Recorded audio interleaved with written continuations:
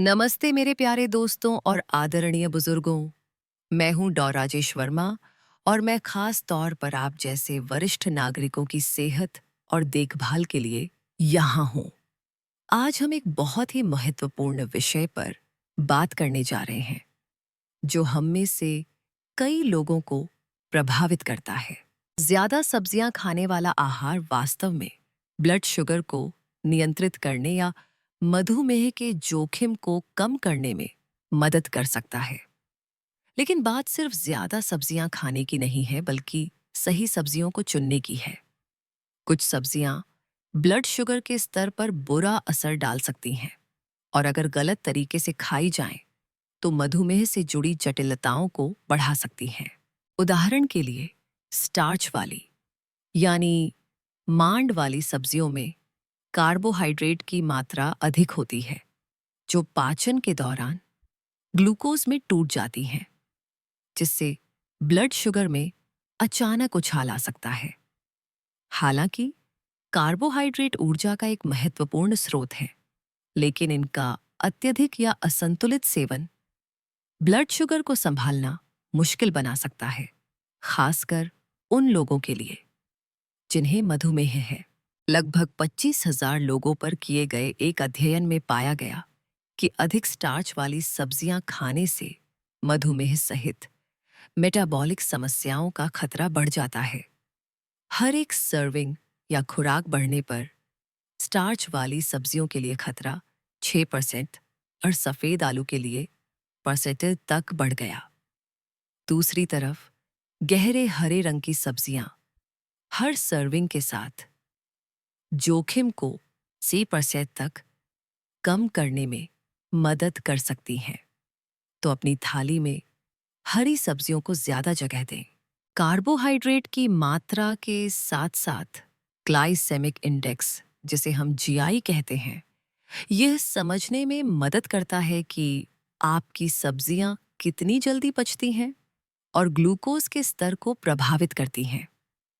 खाद्य पदार्थों को से 100 के पैमाने पर रखा जाता है, जहां कम संख्या का मतलब है ब्लड ग्लूकोज पर कम प्रभाव। की या उससे कम किलो जीआई वाले खाद्य पदार्थ ब्लड शुगर में बहुत कम उछाल लाते हैं।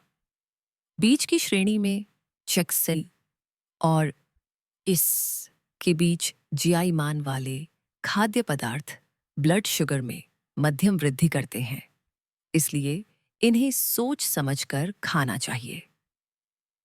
और हाई जीआई वाले खाद्य पदार्थ, जिनका स्कोर 70 या उससे ऊपर होता है, ब्लड शुगर को सबसे तेजी से बढ़ाते हैं और शुगर को ध्यान में रखने वाले आहार में इन्हें सीमित मात्रा में ही खाना चाहिए। आज हम हाई कार्बोहाइड्रेट वाली सब्जियों और उनके ग्लाइसेमिक इंडेक्स के बारे में जानेंगे। और सबसे अच्छी बात, हम आखिर के लिए बचाकर रखेंगे हमारे पास कुछ हैरान करने वाले लेकिन असरदार तरीके हैं, जिनसे आप अभी भी स्टार्च वाली सब्जियों का आनंद ले सकते हैं, बिना अपने ब्लड शुगर का संतुलन बिगाड़े।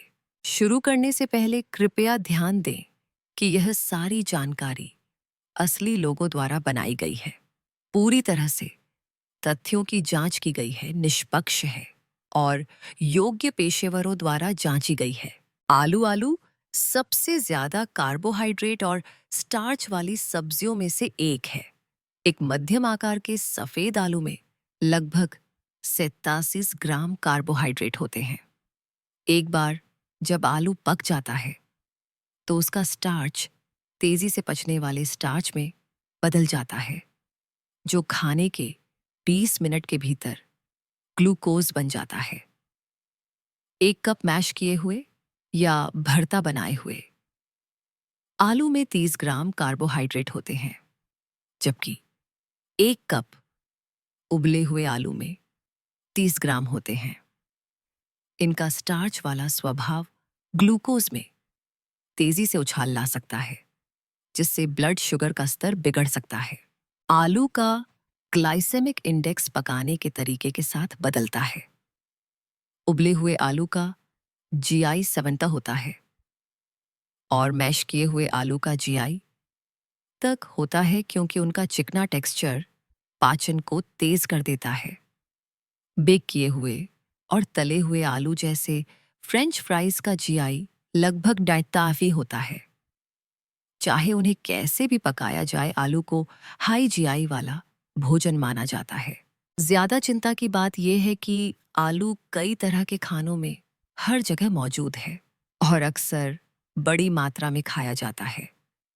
उदाहरण के लिए सफ़ेद आलू, जो अक्सर फ्रेंच फ्राइज, चिप्स या मैश किए हुए आलू के रूप में खाया जाता है, यह एक अस्वस्थ पश्चिमी खान पान का आम हिस्सा है जो मधुमेह को संभालने वाले लोगों के लिए इसे विशेष रूप से चुनौतीपूर्ण बनाता है। आलू को मधुमेह के अनुकूल बनाने के लिए उसकी मात्रा पर नियंत्रण रखना बहुत जरूरी है। एक छोटा उबला हुआ आलू या आधा कप मैश किया हुआ आलू खाने में शामिल किया जा सकता है जब इसे हाई फाइबर वाली सब्जियों या प्रोटीन स्रोतों जैसे ग्रिल्ड चिकन या मछली के साथ जोड़ा जाए। यह जोड़ी ग्लूकोज के खून में जाने की गति को मध्यम करने में मदद करती है। तलने के बजाय आलू को उबालकर या बेक करके पकाने के स्वस्थ तरीके चुनें, क्योंकि इससे कैलोरी कम होती है और एक्स्ट्रा फैट भी कम होता है।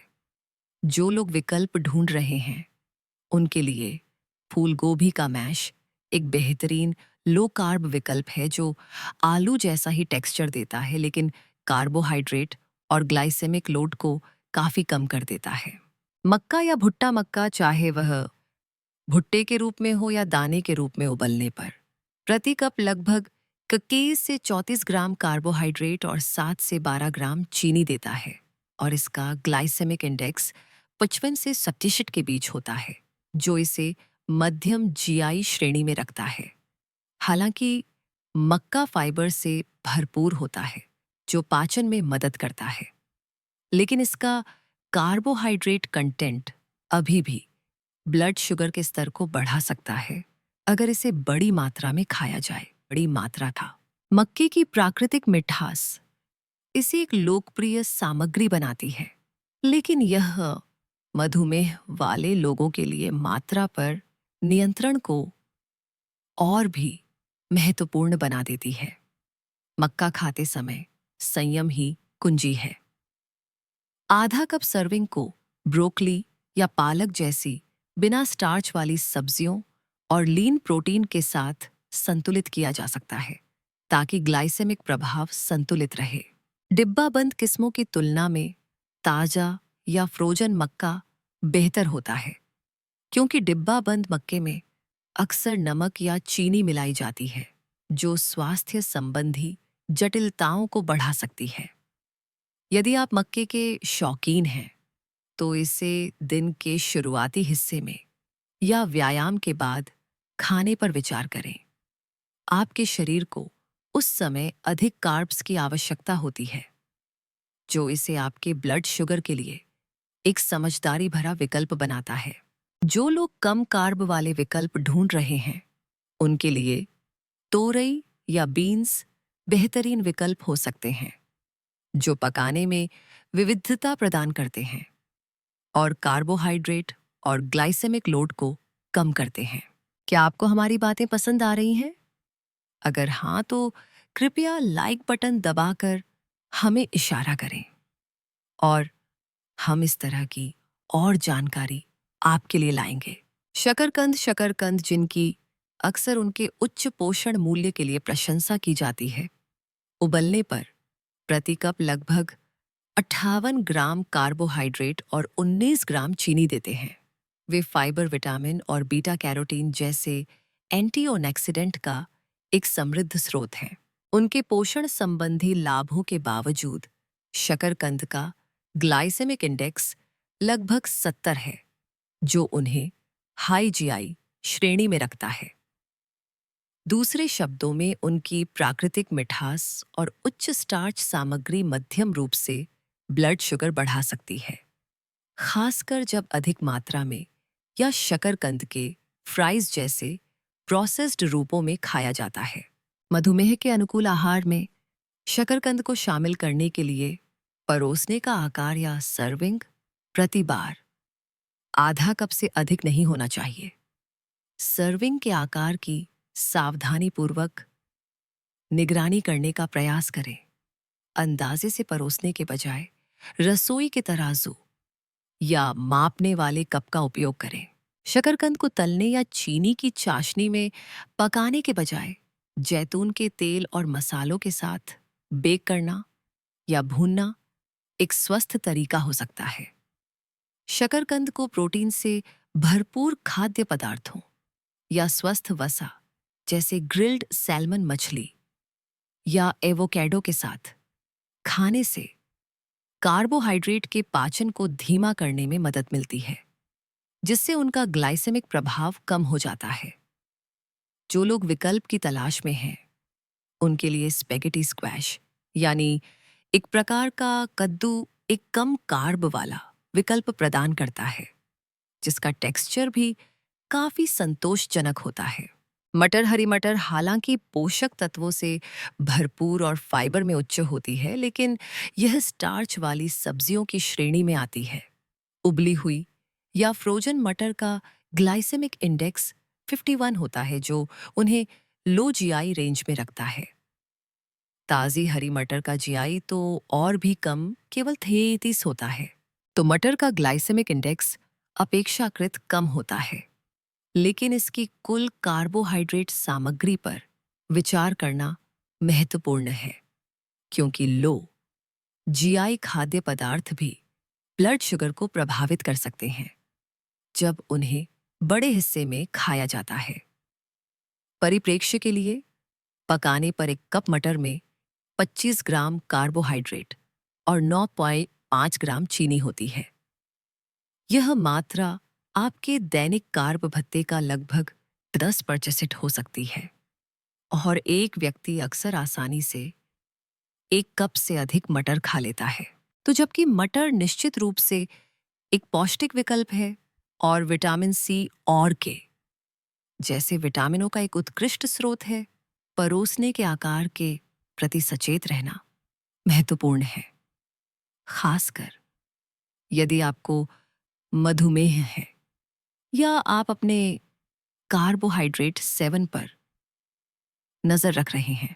मटर को प्रति सर्विंग आधा कप तक सीमित करना और उन्हें ग्रिल्ड चिकन या मछली जैसे लीन प्रोटीन के साथ जोड़ना उनके ग्लाइसेमिक प्रभाव को संतुलित कर सकता है। डिब्बाबंद मटर के बजाय ताज़ी या फ्रोजन मटर चुनने से अतिरिक्त चीनी और सोडियम से बचा जा सकता है, जो ब्लड शुगर की समस्याओं को बढ़ा सकते हैं। अपनी मटर के पकने के स्तर पर विचार करें, क्योंकि पकने पर उनकी चीनी की मात्रा बढ़ जाती है, जिससे थोड़ी कम पकी हुई मटर ब्लड शुगर प्रबंधन के लिए बेहतर विकल्प बन जाती है। जो लोग और भी कम कार्ब वाला विकल्प चाहते हैं, उनके लिए पालक या केल जैसी पत्तेदार सब्जियां बहुत कम ग्लाइसेमिक प्रभाव के साथ समान पोषण लाभ प्रदान कर सकती हैं। कच्चा केला या प्लांटेन्स। कच्चा केला, जो कई उष्णकटिबंधीय व्यंजनों में एक मुख्य भोजन है, कार्बोहाइड्रेट से भरपूर होता है और इसमें प्रति कप 150 ग्राम लगभग 47 से 55 ग्राम कार्ब्स होते हैं, चाहे वे पके हों या हरे। अच्छी खबर यह है कि उनका ग्लाइसेमिक इंडेक्स लगभग 40 पर काफी स्थिर रहता है, इसलिए वे धीरे धीरे पचने वाला विकल्प हैं। लेकिन यहाँ कुछ ध्यान रखने योग्य बातें हैं।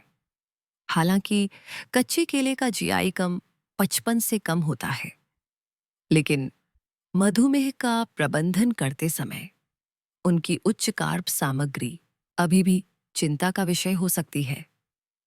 कुछ आहार जीआई पर बहुत अधिक ध्यान केंद्रित करते हैं और कार्ब्स को नजरअंदाज कर देते हैं, जिससे बिना महसूस किए अधिक खाने की आदत पड़ सकती है। पके हुए प्लांटेन्स या केले में प्राकृतिक शर्करा विशेष रूप से अधिक होती है। हरे प्लांटेन्स में प्रति कप केवल 3 ग्राम चीनी होती है। लेकिन जब वे पीले हो जाते हैं तो चीनी ग्राम तक बढ़ जाती है। तले हुए केले जो बनाने का एक लोकप्रिय तरीका है, अस्वास्थ्यकर वसा और कैलोरी जोड़ते हैं, जिससे मधुमेह वाले लोगों के लिए ब्लड शुगर प्रबंधन और जटिल हो जाता है। मधुमेह के अनुकूल तरीके से प्लांटेन्स का आनंद लेने के लिए हरे प्लांटेन्स चुनें, जो कम पके होते हैं और उनमें कम शर्करा होती है। तलने के बजाय थोड़े से मसालों के साथ प्लांटेन्स को बेक करना या उबालना उनके समग्र ग्लाइसेमिक लोड को कम कर सकता है। सर्विंग साइज को आधा कप तक सीमित करें। इन प्लांटेन्स को कम कार्ब वाली सब्जियों या प्रोटीन के साथ मिलाएं। जिमीकंद या रतालू, याम्स रतालू, जिन्हें अक्सर शकरकंद समझ लिया जाता है, एक और स्टार्च वाली सब्जी है जो कार्ब्स से भरी होती है। कच्चे होने पर उनमें प्रति कप लगभग 42 ग्राम कार्ब्स होते हैं और पकने पर प्रति कप 87 ग्राम। उनका ग्लाइसेमिक इंडेक्स लगभग 65 है, जो उन्हें मध्यम जीआई श्रेणी में रखता है। हालांकि रतालू फाइबर और आवश्यक विटामिन से भरपूर होते हैं, लेकिन उनका स्टार्च वाला स्वभाव अधिक मात्रा में सेवन करने पर ब्लड शुगर नियंत्रण के लिए एक संभावित चुनौती बन जाता है। उनके प्रभाव को कम करने के लिए रतालू का सेवन छोटे हिस्से में किया जाना चाहिए, आदर्श रूप से आधा कप से अधिक नहीं। बिना चीनी या वसा मिलाए रतालू को उबालना या बेक करना सबसे स्वास्थ्यप्रद तरीका है। ब्लड शुगर की प्रतिक्रिया को बेहतर ढंग से प्रबंधित करने के लिए उन्हें अकेले नाश्ते के रूप में खाने के बजाय अपने बड़े भोजन के हिस्से के रूप में खाने पर विचार करें। स्पेगेटी स्क्वैश या कच्ची शलजम कम कार्ब वाले विकल्प के रूप में काम कर सकती है, जो काफी कम कार्बोहाइड्रेट और ब्लड शुगर के स्तर पर हल्के प्रभाव के साथ समान बनावट प्रदान करती है। पका हुआ कद्दू एक पोषक तत्वों से भरपूर सब्जी है जिसमें प्रति कप लगभग 12 ग्राम कार्बोहाइड्रेट और 5 ग्राम चीनी होती है और पकने पर इसका ग्लाइसेमिक इंडेक्स लगभग 75 होता है। इसका उच्च जीआई बताता है कि यह तेजी से अवशोषित होता है, जिससे यह एक तेजी से पचने वाला कार्बोहाइड्रेट बन जाता है, जो ब्लड शुगर में उछाल ला सकता है। बीटा कैरोटीन और फाइबर से भरपूर होने जैसे स्वास्थ्य लाभों के बावजूद कद्दू के ग्लाइसेमिक गुण इसे मधुमेह प्रबंधन के लिए कम अनुकूल बनाते हैं यदि इसे बड़े हिस्से में खाया जाता है। कद्दू के छोटे हिस्से जैसे कि 1/4 कप को मधुमेह के अनुकूल आहार में शामिल किया जा सकता है, जब इसके ग्लाइसेमिक प्रभाव को कम करने के लिए इसे लो जीआई खाद्य पदार्थों के साथ जोड़ा जाए। कद्दू से बनी मीठी चीजों जैसे कद्दू की पाई या मीठे पेय या कद्दू की ब्रेड से बचें, जो अनावश्यक कार्बोहाइड्रेट जोड़ते हैं। इसके बजाय एक स्वस्थ विकल्प के लिए जड़ी बूटियों और मसालों के साथ कद्दू को भूनें या भाप में पकाएं। स्पेगेटी स्क्वैश, जिसमें प्रति कप केवल लगभग 7 ग्राम कार्ब्स और 2.8 ग्राम चीनी होती है, समान स्वाद और बनावट के साथ एक कम कार्ब वाला विकल्प प्रदान करता है। उबला हुआ चुकंदर, जो अपनी प्राकृतिक मिठास के लिए जाना जाता है, में प्रति कप लगभग 17 ग्राम कार्बोहाइड्रेट और 13.6 ग्राम चीनी होती है और उबलने पर इसका ग्लाइसेमिक इंडेक्स लगभग 61 होता है। हालांकि चुकंदर फोलेट, पोटेशियम और फाइबर जैसे पोषक तत्वों से भरपूर होता है, लेकिन इसकी चीनी की मात्रा बड़ी मात्रा में सेवन करने पर मध्यम ब्लड शुगर वृद्धि का कारण बन सकती है। चुकंदर में कैलोरी का सेवन बढ़ाने की भी क्षमता होती है जब इसे अतिरिक्त चीनी या चमक के साथ तैयार किया जाता है। मधुमेह वाले लोगों के लिए संयम बहुत महत्वपूर्ण है। आधा कप की एक सर्विंग अधिमानतः बिना स्टार्च वाली सब्जियों या लीन प्रोटीन के साथ ब्लड शुगर के उछाल को कम करने में मदद कर सकती है। ध्यान रखें कि तैयार किए गए डिब्बा बंद चुकंदर कभी कभी चीनी आधारित घोल में संरक्षित किए जाते हैं। लेबल को अच्छी तरह पढ़ें और बिना मिठास वाले विकल्प चुनें। कम से कम मसालों के साथ चुकंदर पकाने से उनके पोषण संबंधी लाभ बने रहते हैं, जबकि उनका ग्लाइसेमिक प्रभाव कम हो जाता है। मूली जो कार्बोहाइड्रेट में कम होती है, प्रति कप 4 ग्राम से कम, और जिसका जीआई न के बराबर होता है, एक कुरकुरा मधुमेह के अनुकूल विकल्प हो सकती है। पार्सनिप, सफेद गाजर जैसी जड़ वाली सब्जी। पार्सनिप मीठी अखरोट के स्वाद वाली जड़ वाली सब्जियां हैं जिनमें प्रति कप लगभग 23 ग्राम कार्बोहाइड्रेट होते हैं और पकाने और मैश करने पर ग्लाइसेमिक इंडेक्स पर 2 से 57 के बीच होता है। यहाँ तक कि कच्चे पार्सनिप का जीआई भी 88 होता है, जिससे वे बड़े हिस्से में मधुमेह प्रबंधन के लिए कम अनुकूल हो जाते हैं। भारत में यह कम पाई जाती है, लेकिन यह मूली और गाजर के परिवार की ही है। हालांकि पार्सनिप फाइबर और विटामिन का एक अच्छा स्रोत है, लेकिन उनकी कार्बोहाइड्रेट सामग्री के कारण सावधानीपूर्वक हिस्से पर नियंत्रण की आवश्यकता होती है। पार्सनिप की छोटी सर्विंग, जैसे कि आधा कप, उनके ग्लाइसेमिक प्रभाव को प्रबंधित करने के लिए सबसे अच्छी है। ब्लड शुगर के प्रभाव को संतुलित करने के लिए रणनीतिक सब्जी की जोड़ी बनाना समझदारी है। उन्हें ब्रोकली जैसी उच्च फाइबर वाली सब्जियों और लीन प्रोटीन के स्रोत के साथ मिलाएं। मैश करने या तलने के बजाय जैतून के तेल और जड़ी बूटियों के साथ उन्हें भूनना भी उनके ग्लाइसेमिक प्रभाव को कम करने में मदद करता है। कम कार्ब वाले विकल्प के लिए शलजम कम कार्बोहाइड्रेट के साथ समान बनावट और स्वाद प्रदान करता है। पकी हुई गाजर, कच्ची गाजर को अक्सर एक स्वस्थ नाश्ता माना जाता है, यहाँ तक कि मधुमेह वाले लोगों के लिए भी। लेकिन उनकी कार्बोहाइड्रेट सामग्री और ग्लाइसेमिक इंडेक्स तैयारी के आधार पर काफी भिन्न होते हैं। कच्ची गाजर का जीआई लगभग 16 से 30 होता है, जो कम है, लेकिन पकाने से जीआई लगभग 40 से 85 तक बढ़ जाता है, जिससे वे मध्यम से उच्च जीआई वाला भोजन बन जाती हैं।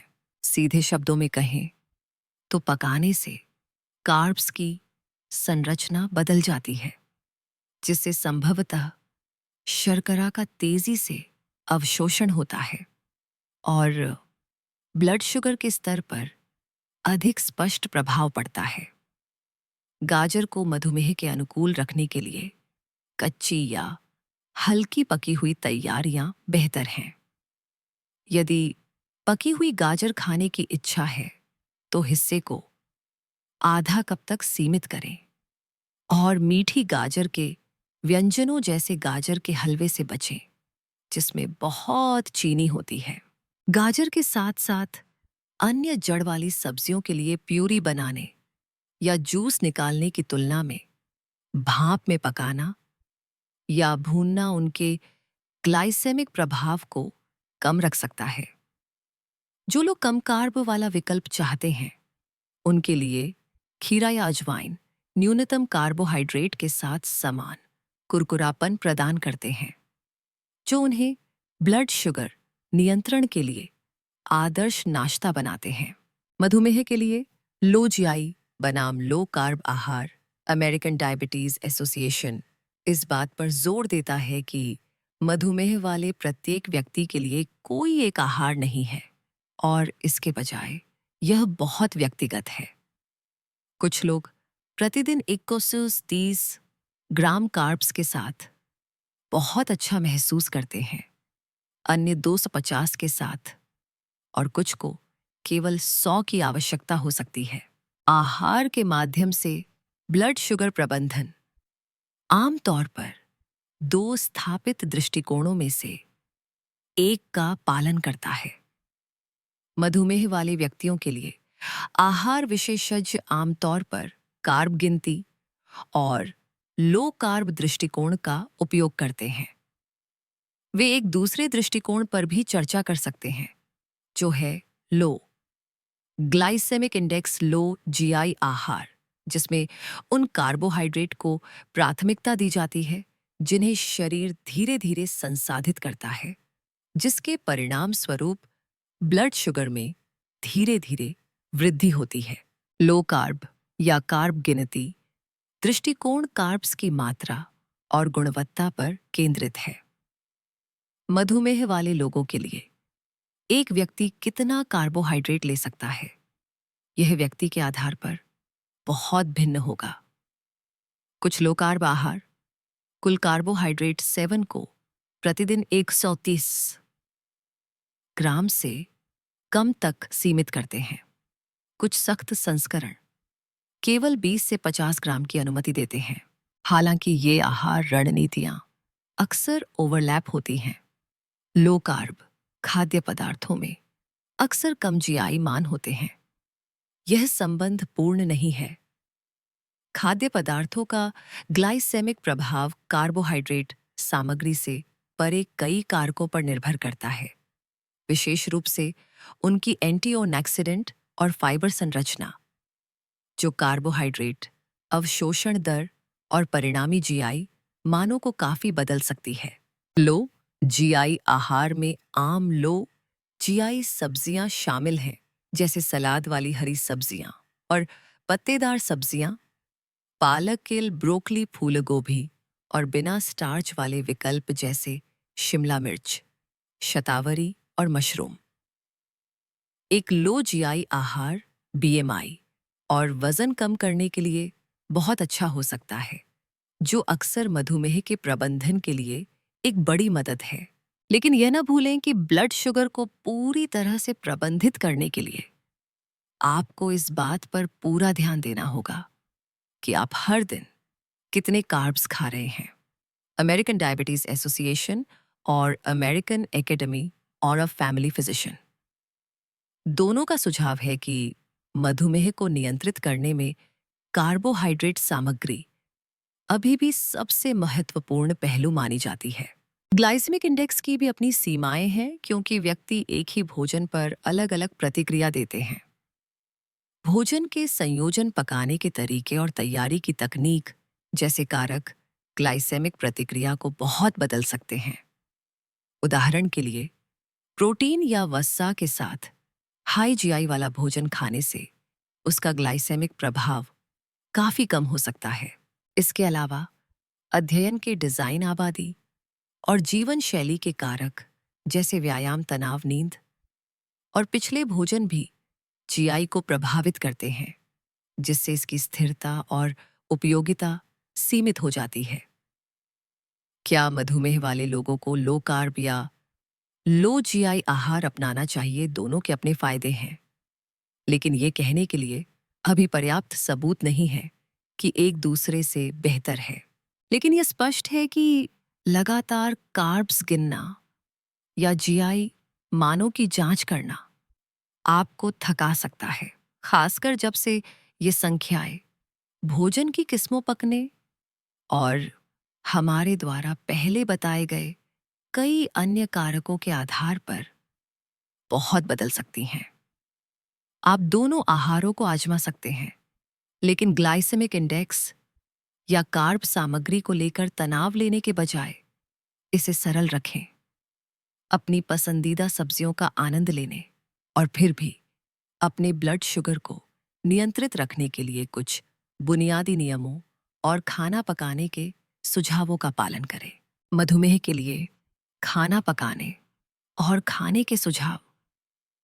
यहाँ अपने आहार पर नजर रखने का एक सरल तरीका है, बिना बहुत अधिक गिनती किए प्लेट विधि 10 को लागू करने का प्रयास करें। स्टार्च वाली सब्जियों को परोसते समय उन्हें अपनी थाली के एक चौथाई हिस्से तक सीमित करें और शेष को बिना स्टार्च वाली सब्जियों थाली का एक दहा हिस्सा और लीन प्रोटीन थाली का आखिरी एक चौथाई हिस्सा से भरें, ताकि संतुलित भोजन बन सके जो ब्लड ग्लूकोज को नहीं बढ़ाएगा। एक और स्मार्ट टिप एक विशिष्ट क्रम में विभिन्न खाद्य पदार्थों का सेवन करना है। हाल के अध्ययनों से पता चलता है कि स्टार्च वाले खाद्य पदार्थों जैसे चावल, आलू और मक्का से पहले पत्तेदार सब्जियां, प्रोटीन और वसा खाने से ब्लड ग्लूकोज को 73% तक कम किया जा सकता है, उनकी तुलना में जब उन्हें एक साथ या स्टार्च वाले खाद्य पदार्थों के बाद खाया जाता है। स्टार्च वाली सब्जियां तब खाने की कोशिश करें जब आपके शरीर को अधिक कार्ब्स की आवश्यकता हो और वह उन्हें संसाधित करने में बेहतर हो, जैसे दिन के शुरुआती हिस्से में या कसरत के बाद, खासकर यदि व्यायाम के बाद आपका ब्लड शुगर कम है। इस तरह आप ब्लड शुगर के उछाल की चिंता किए बिना इसका आनंद ले सकते हैं। मधुमेह वाले लोगों को अक्सर बेहतर ब्लड शुगर नियंत्रण के लिए अधिक फाइबर खाने की सलाह दी जाती है। सभी पौधों में पाए जाने वाले कार्बोहाइड्रेट होने के बावजूद फाइबर हमारे शरीर द्वारा पचाया नहीं जा सकता है और इसका ग्लाइसेमिक प्रतिक्रिया पर कोई सीधा प्रभाव नहीं पड़ता है। इसके बजाय ये बड़ी आंत तक पहुंचता है, जहां आंत के बैक्टीरिया इसे तोड़ते हैं, जिससे लाभकारी फैटी एसिड बनते हैं।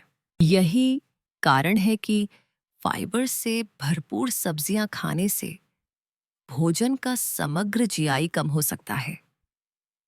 प्रतिदिन 10 ग्राम आहार। फाइबर का सेवन फास्टिंग ब्लड ग्लूकोज को कम करने, हीमोग्लोबिन A1C और फास्टिंग इंसुलिन को कम करने में मदद करता है। मधुमेह के लिए वे बेहतरीन हाई फाइबर वाली सब्जियां ब्रोकली, पालक, केल, गाजर, फूल गोभी, ब्रसेल्स स्प्राउट्स, हरी मटर, शिमला मिर्च और तोरई हैं। सब्जियों में फाइबर बनाए रखने के लिए उन्हें अधिक छीलने से बचें और उन्हें बड़े टुकड़ों में काटें। अधिक रेसिस्टेंट स्टार्च यानी प्रतिरोधी स्टार्च वाले खाद्य पदार्थ भी ब्लड शुगर के प्रबंधन के लिए अधिक उपयुक्त हैं। रेसिस्टेंट स्टार्च साबुत अनाज बीज, कच्चे आलू, हरे केले, मक्का और कुछ प्रोसेस्ड स्टार्च वाले खाद्य पदार्थों में पाया जाता है। फाइबर और रेसिस्टेंट स्टार्च जोड़ने के अलावा विभिन्न भोजन को जोत देने की रणनीतियां हाई कार्ब भोजन की ग्लाइसेमिक प्रतिक्रिया को कम करने में मदद कर सकती हैं। करशाकी विशेष रूप से हाई कार्ब सब्जियों को लो कार्ब विकल्पों, प्रोटीन, सिरका या स्वस्थ वसा के साथ जोड़ने से ग्लूकोज का अवशोषण धीमा हो जाता है, जिससे अधिक संतुलित प्रतिक्रिया मिलती है। उदाहरण के लिए, जैतून के तेल और बादाम के साथ मक्का को भूनना या ग्रिल्ड चिकन के साथ भुना हुआ कद्दू परोसना भोजन को संतुलित करने के बेहतरीन तरीके हैं। विचार करने के लिए अन्य वसा से भरपूर खाद्य पदार्थ जैतून का तेल, तैलीय मछली, नट्स या बीज हैं। प्रोटीन के संबंध में चिकन, मछली, अंडे, डेयरी, फलियां, नट्स और बीज जैसे लीन मीट से अधिक प्राप्त करने का प्रयास करें। अकेले चावल की तुलना सोया, चिकन, मछली या अंडे से 25 ग्राम प्रोटीन के साथ चावल से करने वाले शोध में पाया गया कि सोया प्रोटीन ने ग्लाइसेमिक प्रतिक्रिया को सबसे कम किया। उसके बाद चिकन, मछली और अंडे का स्थान रहा। सिरका अपने प्राकृतिक एसिटिक एसिड के साथ भोजन में ग्लाइसेमिक प्रतिक्रिया को काफी कम करने के लिए भी दिखाया गया है। इसलिए अधिक सलाद खाने की कोशिश करें। अचार वाले खाद्य पदार्थ और लैक्टिक एसिड जैसे कार्बनिक अम्लों वाले अन्य किण्वित उत्पाद समान लाभ दिखाते हैं। साथ ही यह भी ध्यान रखें कि आपकी सब्जियां जितनी अधिक प्रोसेस्ड होंगी, उनमें उतना ही कम फाइबर होगा और वे उतनी ही तेजी से पचेंगी और अवशोषित होंगी, जो मधुमेह के प्रबंधन के लिए अच्छा नहीं है।